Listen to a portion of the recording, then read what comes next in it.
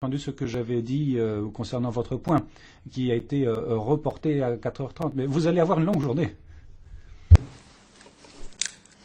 Je m'y suis préparé, Monsieur le Président. Donc, concernant le sujet d'aujourd'hui, Monsieur le Président, je tiens à dire d'emblée deux choses. La première, c'est que je suis en faveur de voies légales d'immigration. Je suis en faveur du visa humanitaire. Et je pense qu'une approche holistique des migrations est fondamentale pour déterminer la ligne de force de l'avenir. Cela dit, je mets en garde contre un certain angélisme.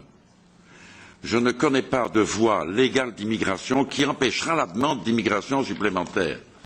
Et je ne connais pas non plus de mécanisme de visa humanitaire qui fera que tous ceux qui ont besoin de protection auront un système qui sera mis à leur disposition légalement.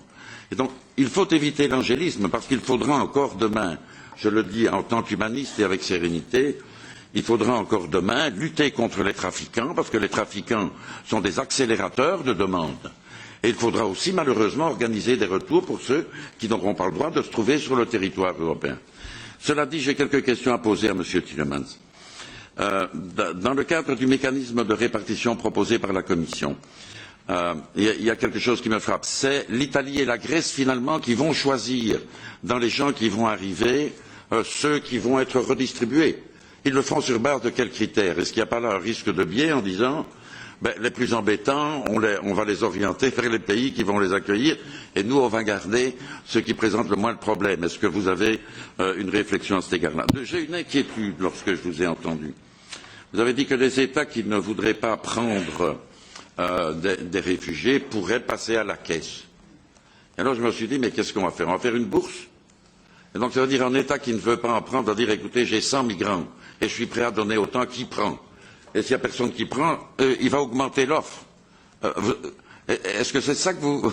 Enfin, j'ai été un peu étonné de votre réaction parce que je me dis qu'elle peut donner lieu à quelque chose d'assez étrange.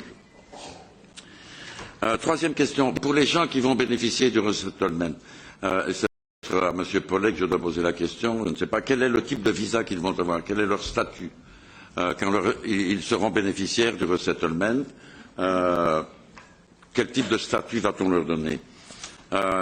Dernière réflexion à propos d'EASO, moi je suis partisan du renforcement considérable du rôle d'EASO, je veux simplement indiquer à nos collègues que dans la proposition de budget de la Commission pour 2016, le budget d'EASO est en diminution par rapport à 2015.